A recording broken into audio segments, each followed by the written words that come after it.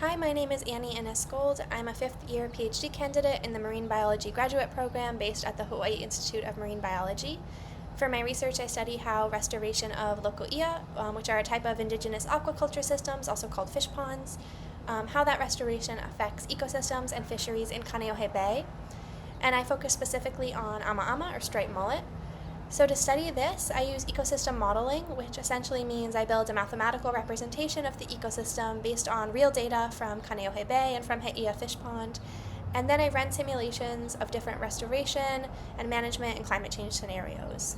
So through my dissertation, I've shown how restoring loko'ia can not only increase fish availability inside the pond, but can spill over and lead to higher fisheries harvest in the estuary, so outside of the pond as well. I've also found that loko'ia fish populations may be more resilient to warming water temperatures than the fish populations in the rest of the bay, and that's likely due to how the fish pond retains freshwater inputs from streams and groundwater that not only balance salinity and provide nutrients, but they also act as a cooling mechanism. And all of this work has been done as a collaboration between folks at UH and the He'ia National Estuarine Research Reserve, with nonprofits Paepae o He'ia and KUA as well. I'm really grateful to be the award recipient for the ARCS Award in the Marine Biology Graduate Program at UH Manoa, and this award will really help me in terms of paying my student fees and publication costs that are associated with finishing my degree, so I really appreciate it, and thank you so much.